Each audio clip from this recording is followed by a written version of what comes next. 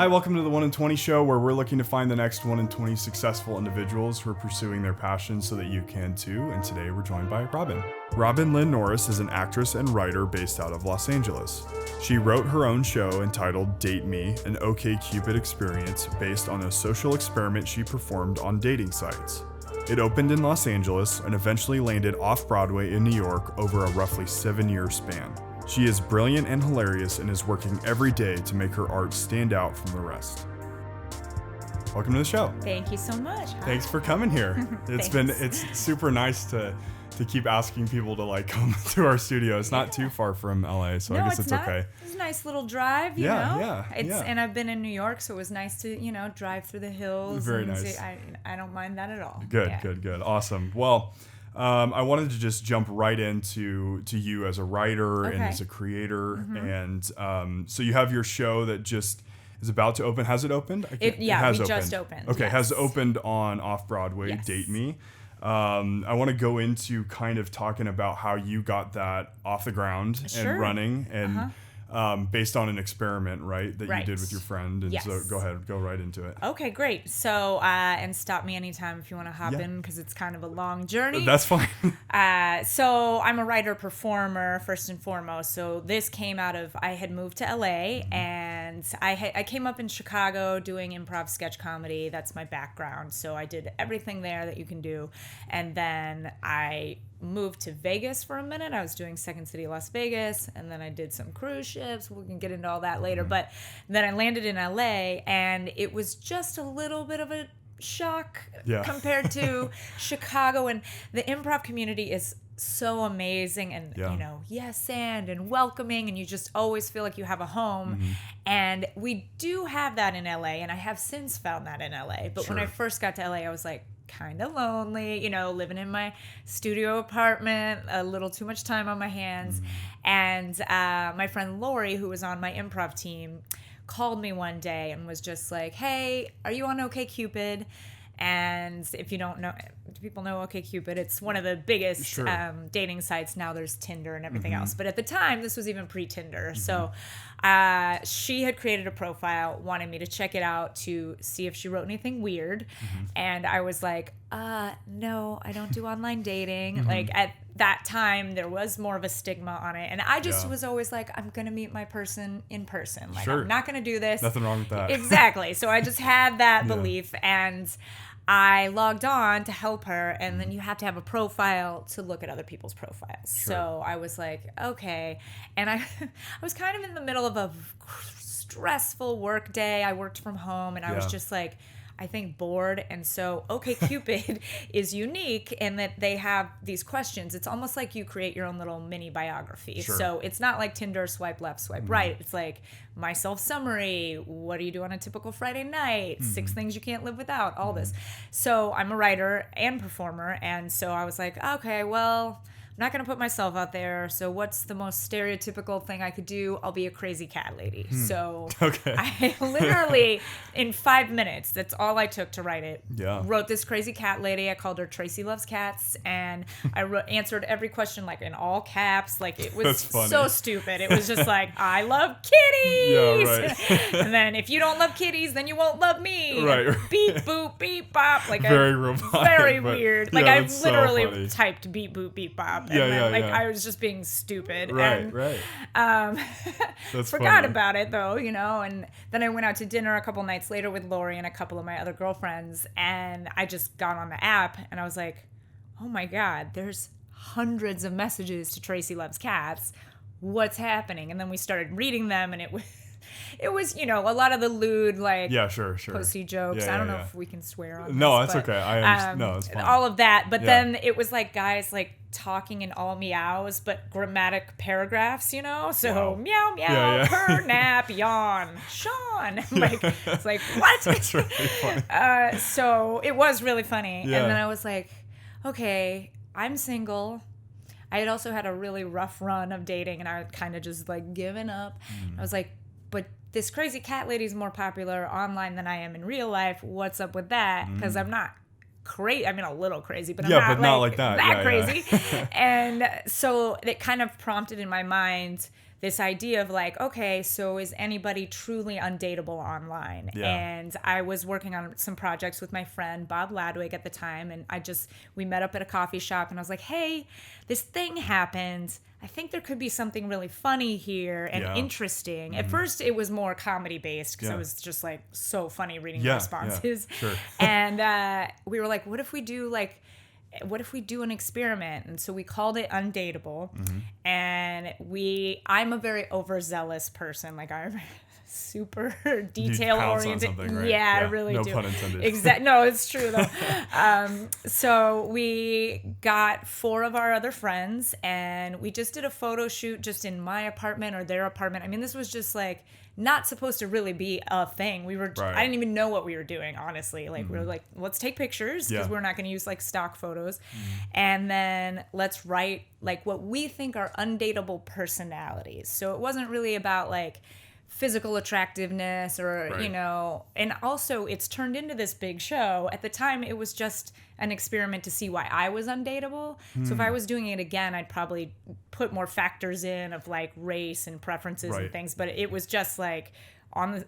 So you like connected to it personally in a way. Yes, Okay, absolutely. very cool. And so I was just curious. And then, so we made characters. So Tracy Loves Cats is the first one. And then we thought, okay, well, what's a stereotypical guy character?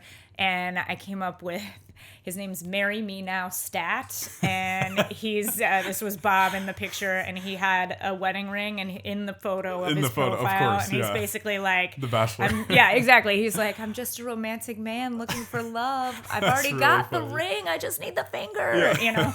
And That's really funny. You know, because women are always like, I just want someone romantic, but they really don't. Yeah, right. You know? They want somebody who's paying attention and caring. Exactly. So we put that one on, and then I did like the stereotypical like douchebag club guy, and then I did an emotionally unavailable guy. His name's Door Slam Eric, and he's always looking for a door, like always looking for the exit.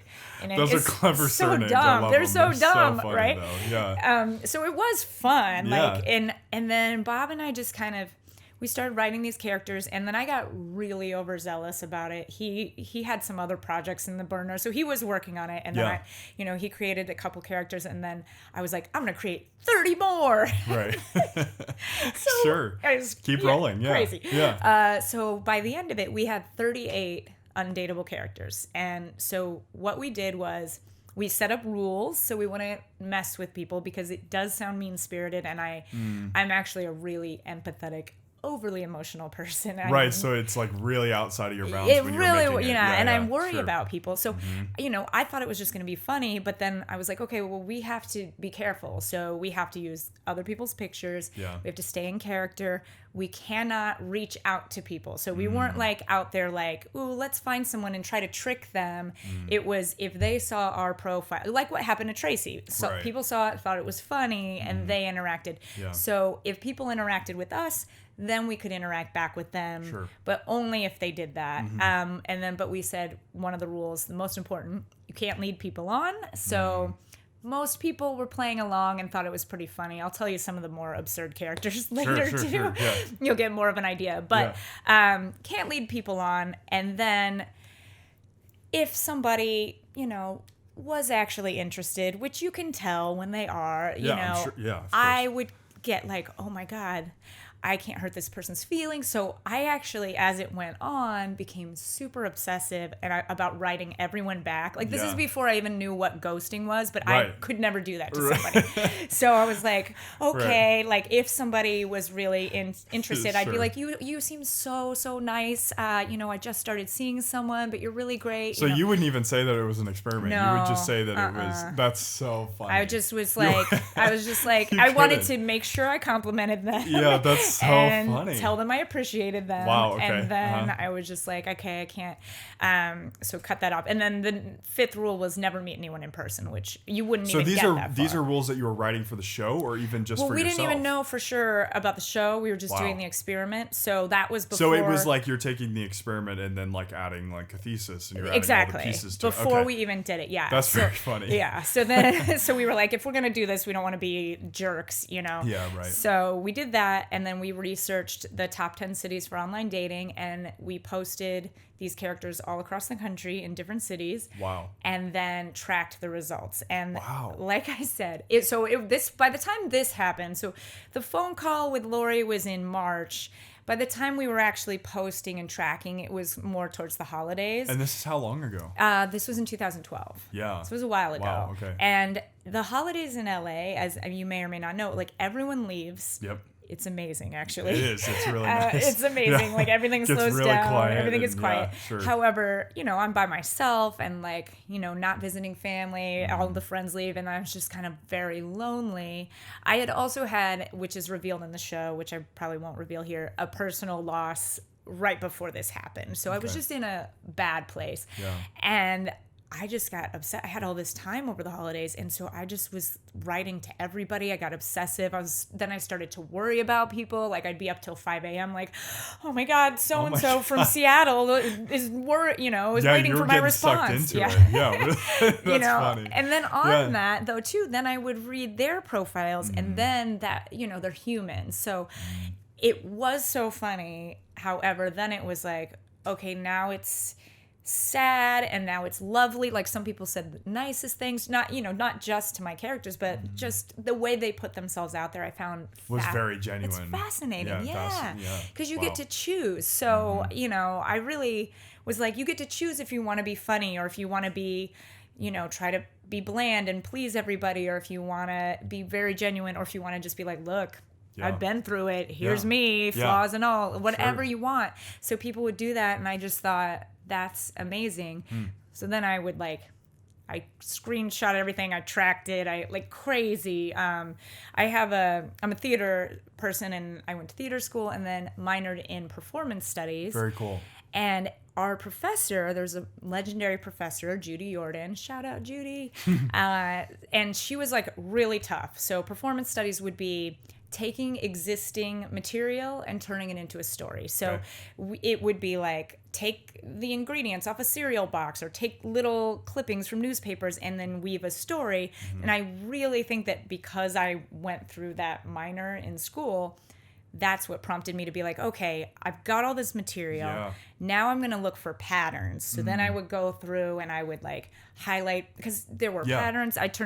We have like online dating species in the show where we categorize people like the laugh lover and the, all of this, the walking dread who can't not mention the zombie apocalypse, there's like. So you were almost more or less actually taking principles from, because you studied acting, is that what you said? So you were taking acting principles and turning them into stories. So like character development into writing, which is kind of cool. Because we were like, what do you do? Like, because then it did become like, we're going to turn this into a show. So how do you present this? You could do the typical like get on stage and just read it.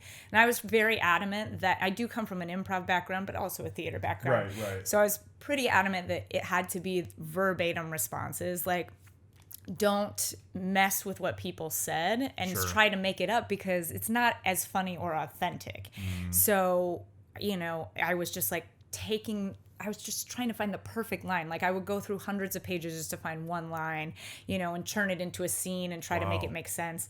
And we then turned it into a show with our friends at Second City Hollywood. And this is my first like full story show. So like I said, I come from sketch background and all that, but this was like, okay, well the story is me, this lonely person who did this experiment. So that's the way we framed the show.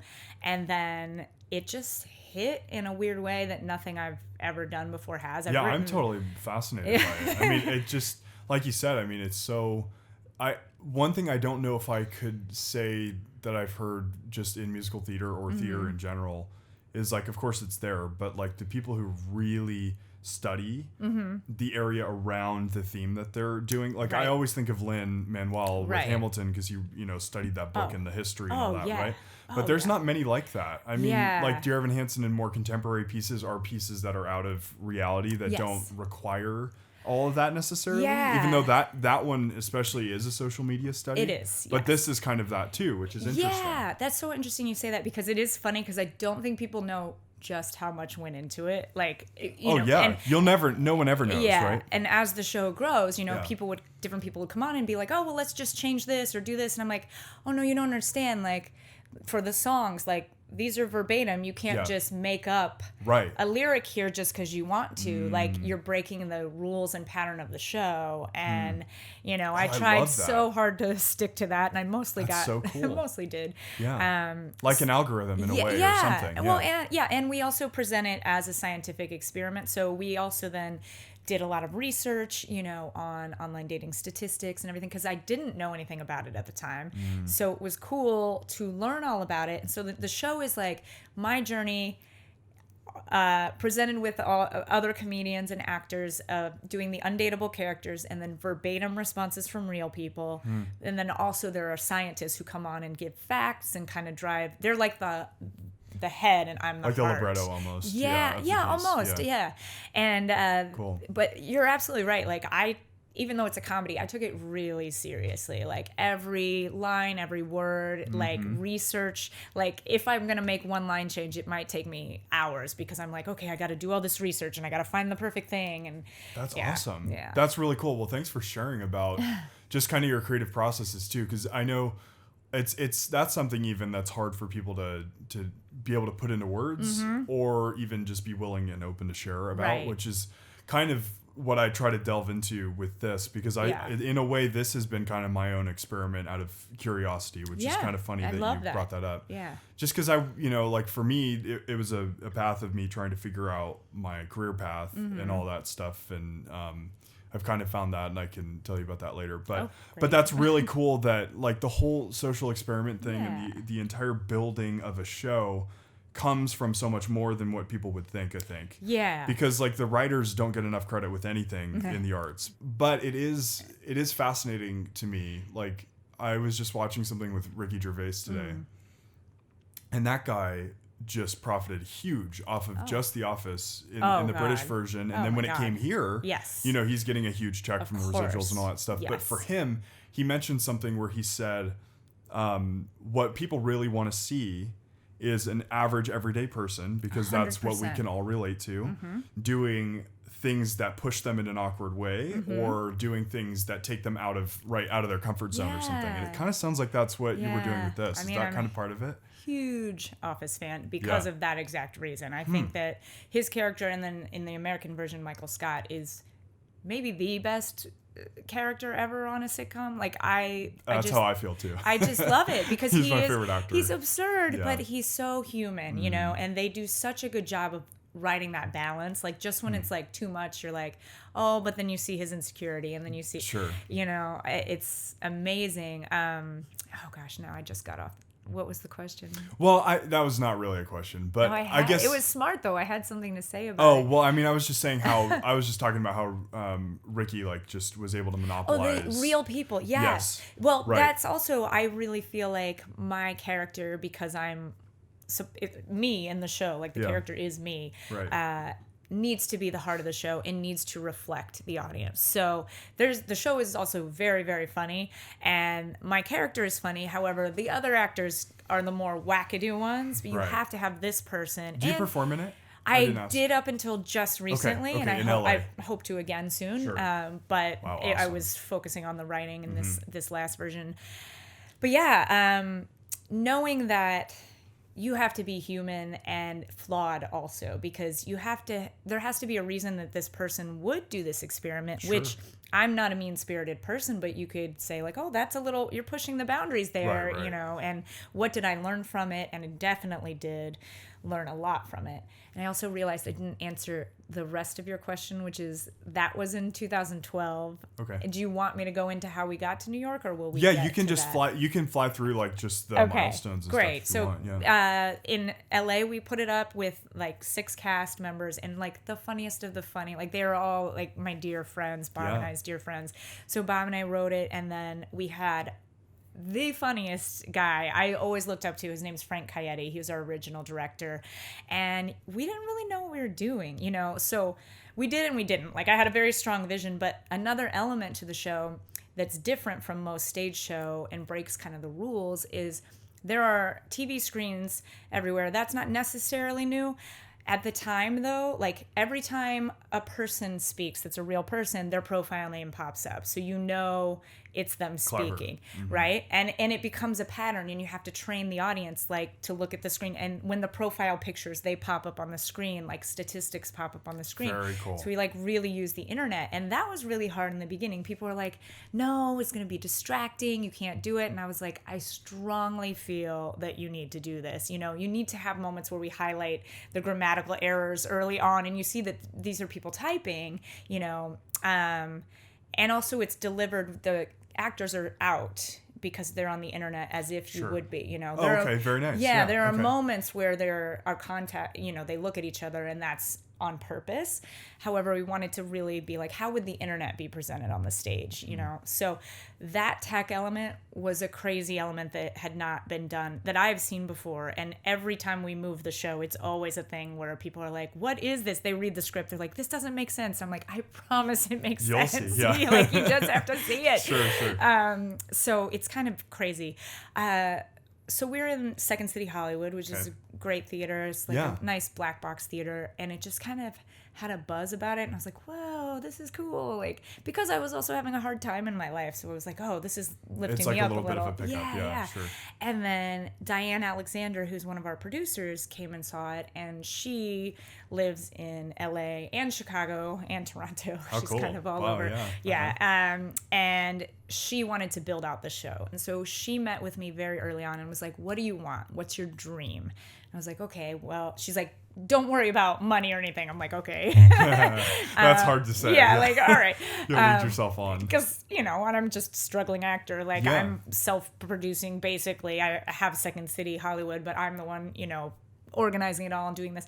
And I was like, my dream is that this becomes like a full-on experience where people come and there's interactivity in the lobby, and then you go in and maybe people could even meet each other, like that it becomes this whole that would be thing. So rad. Right. And so she was amazing because she was like, all right, we're going to take it to Chicago, we're going to build it out. And we were at the Up Comedy Club, which is this beautiful like 300 seat venue.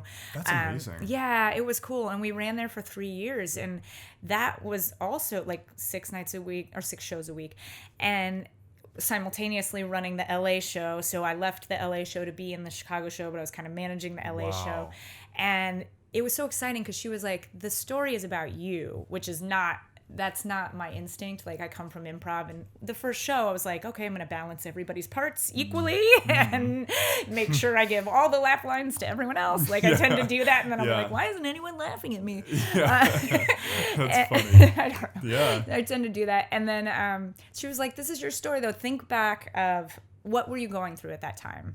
And so I did. And like I told you, I had just suffered kind of a loss. And I was like, oh, this is probably partly why I was reaching out to all these strangers on the internet, because I'm projecting my own loneliness and what I'm going through. And she really encouraged me to dig deep and to be like, no, this should be a story about the main person, and it's a woman, and it should be a female-driven story. And that I don't think had really been done in the way, like in Chicago, in the venue we were at before. So that was also a new thing, and new for me, because I, as much as I am an actor, I don't really love being the center of attention. Like in real life, on stage, I'm fine. But in real life, I'm like, all right, focus on other people. Yeah, sure. So running there was amazing. And she really was encouraging all of my ideas. So I was like, okay, I want this photo booth. I want, when people come in, there's like, hello, my profile name is stickers, and I want like everyone to do this. And we just got to create this cool experience that was pretty much everything I wanted to do. That's so cool. It was really cool. And then I also said very early on, I said, I want to go to New York. And I also really didn't think, like, is that really going to happen? Like, this was all an accident. You know, I moved to LA to do TV, film, and when we did the LA show, it was just another show I was putting up to perform. But good for you. I mean, good for you that you did it. Yeah. Like we said, that there's a lot of people that don't even take the first step to do it. So, I mean, that's more power to you to do that. Thanks. So that's awesome. Yeah. I'm never... Wow. I don't sit around. Yeah. It's hard to. Yeah. Sometimes if you're really into it. Exactly. Yeah. Okay. So then like take me to getting it to Off-Broadway. Is there like a long time in between that? Yeah, there was. Yeah. So we opened in Chicago in 2015. Okay. And it hit there too, like right away, which was awesome and unexpected. Like I was kind of like, what's happening? Yeah. And like I told you before we started, I was like, I've made it. Yeah, and sure. Cut to 5 years later, I'm still working on it. You know, that's cool Totally. though. Yeah. And we still had Frank as our director, and we were just able to build the show out. And then we were able to tweak it a lot there because, you know, the audience tells you what works. Yeah. And I'm a perfectionist, and it's like, okay, well, this isn't getting a laugh, or this is getting a awe, but for the wrong reason, or this is getting, you know. So we got to really, really tweak it, make changes over the course of 3 years, which was really, I don't think you can replicate that, you know. In the LA version we had 4 previews and then we were open, and that was it. Oh my gosh, wow. Yeah, it was, and it was fast. It was fast. Yeah. It was crazy. Like one a week, because that show ran like just one night a week, and it was like, okay, he had big rewrites, here's what we're doing next week. One a week? Yeah. Wow, that's almost worse, huh? Yeah, it was a lot. Yeah. But then once it was set, it was great. And I should say also the show, it's very tightly scripted. However, because we were all professional improvisers in that first cast, Frank, our director, had the idea to put an improv segment at the end, and where we kind of match audience members up and we ask them what their OKCupid profiles would be, and then we play. That's fun. It's super fun. Does it still happen now? Yeah. Very cool. In fact, like when we got to Chicago, we started getting people in from New York. Elizabeth Williams, our other producer, came on then, and they were bringing, you know, producers, investors, everybody from New York was coming in. It was so nerve-wracking because I'm in the show as well as the writer, and I'm like, I'm auditioning every day. Yeah. It's double the pressure. It was. Yeah. Sure. It was exciting though. So Okay. as we were building it out, you know, when we knew we were coming to New York, or the goal was to come to New York, that people were like, more improv, which is awesome. However, if you don't do improv, people just think, oh, we should just start the show with improv. And it's like, no. No, it still has to open. You have to get to know these people. Yeah. And the improv in the show is strategically placed and protected in a way. So to add more and to continue to write this narrative journey that was really important to me, because I didn't want it to just be like, it is a very funny show, but I was like, I want it to not just be like a ha-ha. I want you to feel things too. And trying to add improv, like people be like, Act 2, add more improv. I'm like, I don't know if you know how hard that is to do and mid-show. Mid-show, and make it make sense, because if it doesn't have to do with the narrative, then you're just off like this, and then you have to come back to the main character. So we really worked on that in New York and making that work. And sometimes still I'm like, there might be too much improv, but it's so fun. The audience loves it. So that was a thing that people really wanted. But we were there 2015 through 2017 at Up Comedy Club, and we had a couple different directors attached, you know, and just kind of filtered through, and then finally got it to New York and did some rewrites, and here we are. Wow, that is so cool. I mean, that's like a dream come true in a way. Yeah. Like, it's cool to hear that you came to LA for like to do film and TV, but you had the theater background. Right.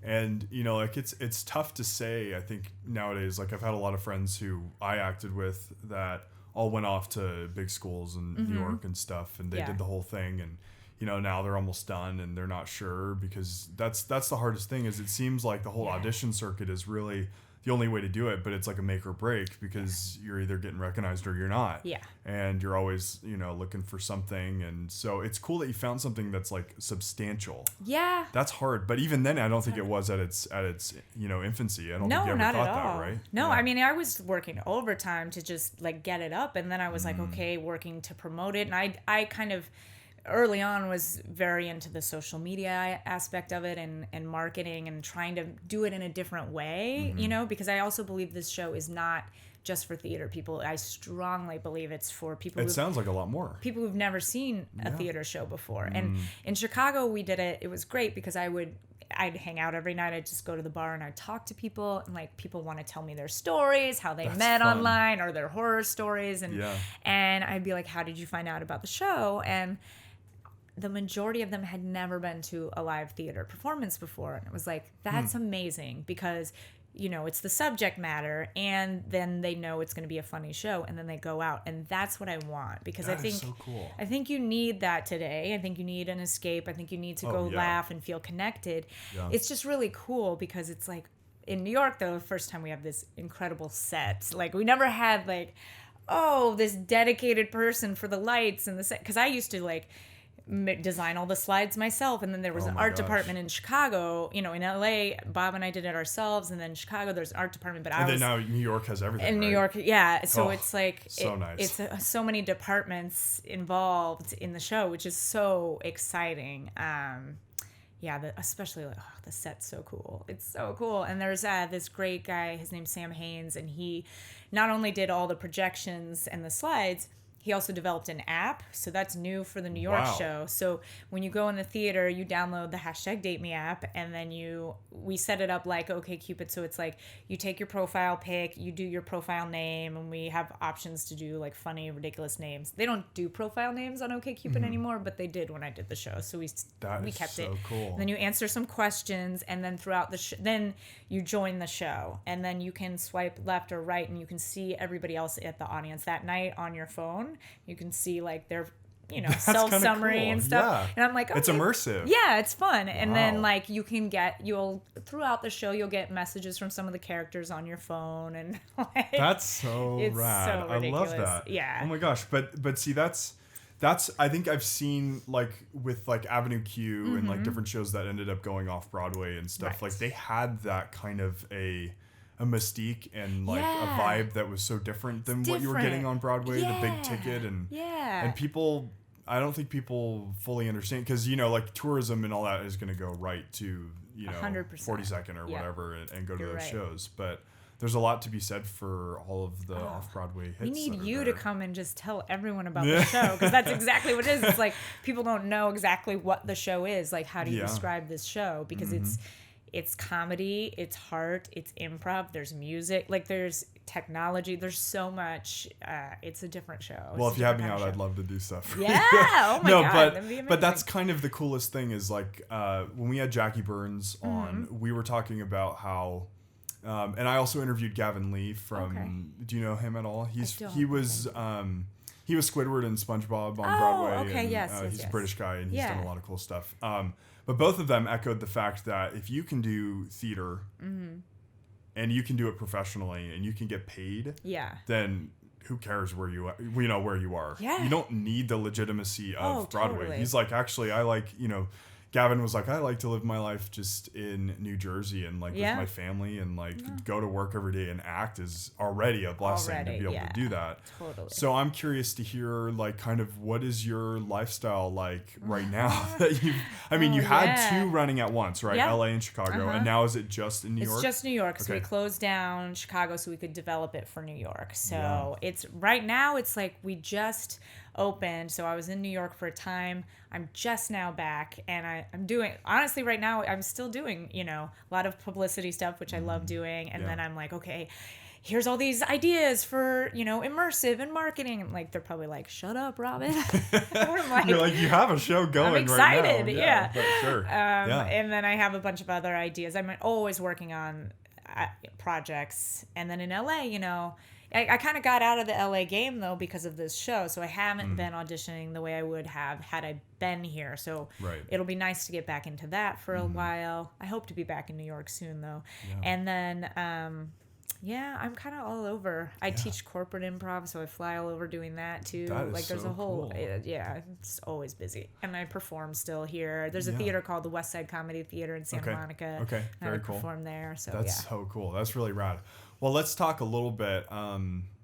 Something that I asked, that I have asked theater people that have come on here is, what is different about attending a live show? And you can echo this from your show as well. Sure. I mean, it's pretty clear that it's immersive and different than sitting in front of a silver screen or like a TV.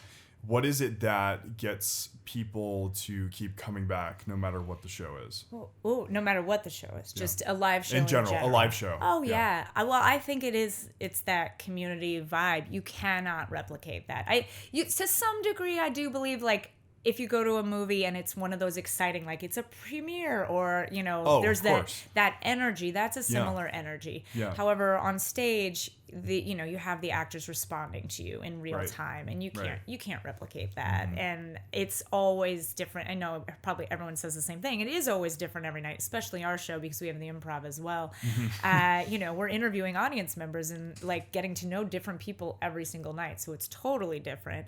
And the energy in the room is different every night, and I think it's valid every night. I've done the show, I've done so many shows, and like, people tend to blame the audience, and I'm like, it's not that. You just have to like listen in the first couple minutes and know who they are and what their vibe is, and if you need to step it up a little to get their energy up, or you need to adjust a little, or really make eye contact with them if you're in that type of show, and pull them in, like. But there's nothing like live performances in theater, music, anything. There's a reason people leave the house and go out, because they want to be with other people. Yeah. Oh yeah, totally. Yeah. Well, you mentioned too, so like attention spans. I was just thinking as you were saying that, like the attention spans of all of us have gone down, I think, a lot because of social media. And you've talked about social media, so I know you're versed in it. But I mean, just looking at it from, an outside eye, when you think about how every single platform is kind of dragging us down in the sense that, we're losing attention spans, all that. Theater, for some reason, doesn't do that. And that's the crazy thing about it. I didn't even really connect that dot until just now. But, if you think about how you're really captive, and you could be on your phone during a show. You could. We kind of let people on in our shows. So. Yeah. But at the same time, like there is a code of conduct associated with theater. Yeah. There's mics and there's sound, and a lot of times there's music, and there's a lot of things that can keep you like motivated. But why do you think theater and like performing one show every single night is different than you sitting and watching the same movie like a bunch of different times? Is there a distinction? I think there is, and I think it's just because it's that there's another human there. So even if in our show, so we say like you don't have to turn off your phone, like I think that if someone's like on the app or they're looking down, and then one of the lead performers has a moment, they're gonna eventually, right, if they looked up and they caught it. Yeah, like, oh wait, this is a real thing happening here. As opposed to if it's a movie, press pause, whatever. You're not affecting them. They can't see you, and you maybe not being as affected by them as it. It's a symbiotic. It's back and forth. Yeah, that's really interesting, and I think to bounce off of that, I think where I was going to go with that is just. I think that might be why audiences are so receptive to it. Because like you said, I mean, something that I think is really brilliant about your show in particular is just the fact that two things. One, you mentioned like you don't tell people to like put away their phone or anything, and I think a lot of people are scared away from that environment, right? Because they can't be or whatever. Right. But then on top of that, you discussed like how people are so like immersed in your show.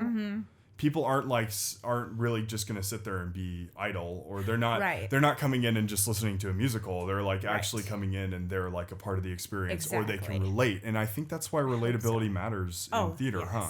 Oh yeah, I think so. Yeah. It should be. I mean, stories and reflections of yourselves and connection. I mean, our show's all about connecting. So whatever way that is, digital or not, you're still always going to have the human face-to-face connection at some point. So. Yeah. Yeah. Well, not to beat a dead horse, but that just seems really interesting to me. Like how that can happen. So let's talk about when you're done, like, so with a show running that you can make like minor improvements on, but like it's doing its thing. Right. What kind of goes through your head week to week? Because like you mentioned that you've got to be back at it looking for work, like at the same time. What are like the odds of Yeah. show like ever closing? Like, I'm always wondering like what does it take to have something close? Well, there's a lot of Yeah. things Yeah. that are out of my control, to be Yeah. honest. It's the time of year you open and the marketing and there's so many factors. It's so fascinating. And you never know. And so I'm hopeful that we last for a really long time. We have in every other market we've been in, but New York's a different beast, so who knows? Yeah. And I think you have to hit at the right time. And so honestly, even though it's open, I don't feel my work is done. I'm kind of like, I'm always like, okay, what can I do? Let's organize an event. We're in the works too. When we did this in Chicago, one of the co-founders from OK Cupid came and I do a Q&A with him and like, get him in. What can I do for social media? Like I had a blog that I'm going to start up again called Date Me Diaries, where it's like behind the scenes and a little bit about the experiment, which you would like because you like behind the scenes That's stuff. really cool. Yeah. So that's cool. Yeah. What can I do even from afar to keep this thing going and to keep the experience not just on the stage but also afterwards, get the audience interacting with us on social and stuff, and then of course my other projects. But I don't think it's ever done until it's done. So that's really cool. I'm still working on it. Yeah. Well, and that has nothing to the success of your show, that topic, but I'm just curious because like after the incredible run that like Hamilton had and that Lynn had, right? All of those actors, once they were done, the original cast were like immediately looking for work. Oh, totally. And not that they didn't have success, but it's like they knew that wasn't it. Yeah. Whereas like you could do one film and make millions and millions. Sure. It's not the same market. It's very different. It's not the same market. It's also, I don't think most artists don't want that. No matter how much money you make, you don't want to just do one thing. I mean, I'm sure some people do. For me, up until this point, I'm doing things for free to just, obviously I've been a professional actor for a long time. Yeah. You're always doing a mix of paid and free and passion projects. So I don't think that anybody is probably, I'm sure some people, but most people aren't really comfortable being like, oh, I did that, I'm done. Yeah. Like to me, I'm like, oh, I did this. This was really cool. Let's do another, right? Let's do another. What's next? You get that question all the time, but I'm always thinking about it. I have a million ideas I'm already working on. So yeah, that's awesome. Yeah. Okay, so let's talk a little bit about, I kind of mentioned earlier, actors, whether they're pursuing film acting or theater acting. Obviously they're literally almost limited to just the audition circuit, besides unless they're in a show or they're in a short or whatever. Yeah.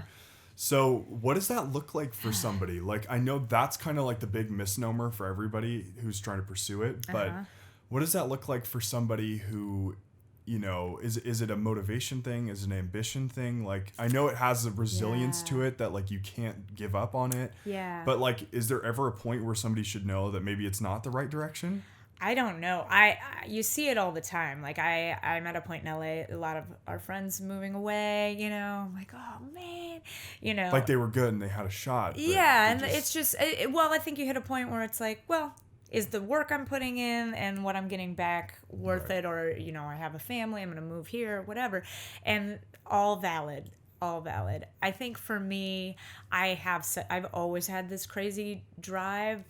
Like I said, I don't know what I'm doing half the time. I'll just be like, I have this idea, I'm going to do it, And I'm sure over the years, people are like, oh, what are you doing? And it's just like, I'd just rather put things out there, and I work hard. I don't like just put crap out there, or at least I don't think so. But sometimes it's just, I'm just going to do it and see what happens. I don't know when that point is. For me, I don't know that I'll have that point. I feel like there's always something that I'm going to want to be working on. That's really good.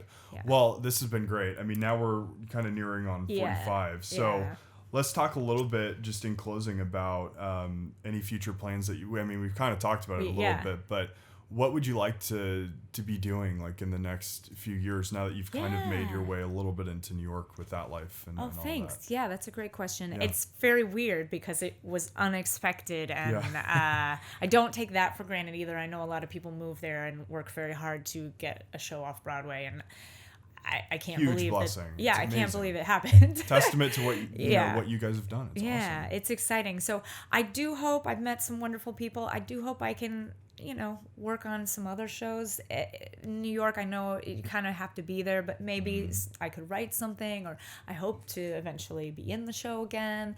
And That'd be then, so cool. Yeah, it would be cool. And then I think that I really also, I want to do what everyone wants to do in LA. Like, I want to write and perform in my own stuff.